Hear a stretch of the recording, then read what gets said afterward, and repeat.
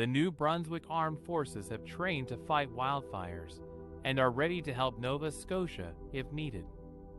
Wildfires are a serious threat to the environment and the people living near them. They can spread quickly and cause massive damage to homes, businesses, wildlife, and natural resources. That's why the New Brunswick Armed Forces have been preparing to assist their neighbors in Nova Scotia, where a large wildfire has been burning for days. The New Brunswick Armed Forces have a variety of skills and equipment that can be used to fight fires and support the local authorities. They have trained at the Canadian Forces Base Gagetown, just outside Fredericton, NB, where they have learned how to use water pumps, hoses, fire lines, and other tools to extinguish flames and prevent them from spreading. They have also practiced working in teams and following safety protocols. The New Brunswick Armed Forces are not strangers to responding to natural disasters. They have helped with hurricanes, floods, and other emergencies in the past. They are part of the Canadian Armed Forces, which has schools and training establishments across the country for different types of operations. Fighting fire may be a little unorthodox for them, but they are ready to adapt and overcome any challenges. Some members of the New Brunswick Armed Forces have already assessed the conditions of the fires in southwest Nova Scotia and will continue to monitor the situation. They are waiting for the requests from the provincial and municipal authorities to deploy their resources and personnel. They are willing to help their maritime neighbors in any way they can. The New Brunswick Armed Forces are trained, equipped, and motivated to fight wildfires and protect the communities in Nova Scotia. They are proud to serve their country and their region. The Nova Scotia wildfires have been a devastating disaster for the province and its people. The fires, which started in late May 2023, have forced thousands of residents to evacuate and have destroyed hundreds of homes and structures.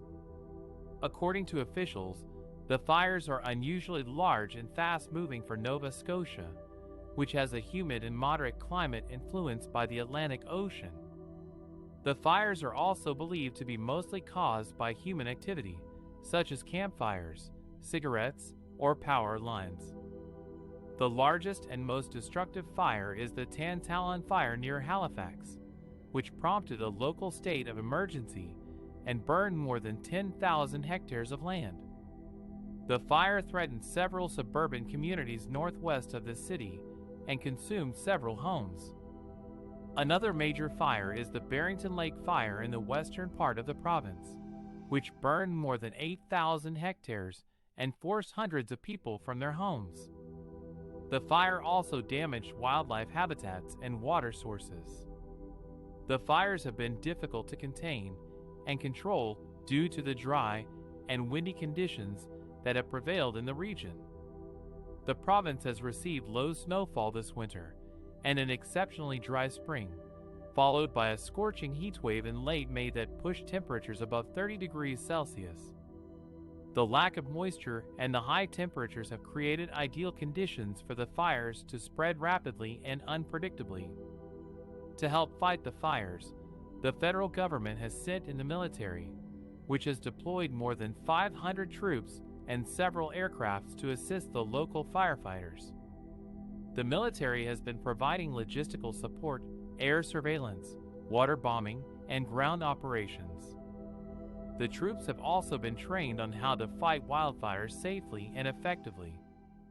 The military assistance has been welcomed by the Nova Scotia government and the residents affected by the fires.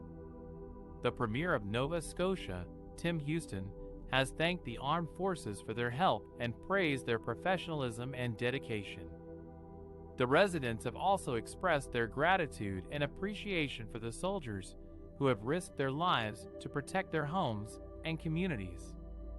The good news is that rain has finally arrived in Nova Scotia, bringing much-needed relief to the firefighters and the residents.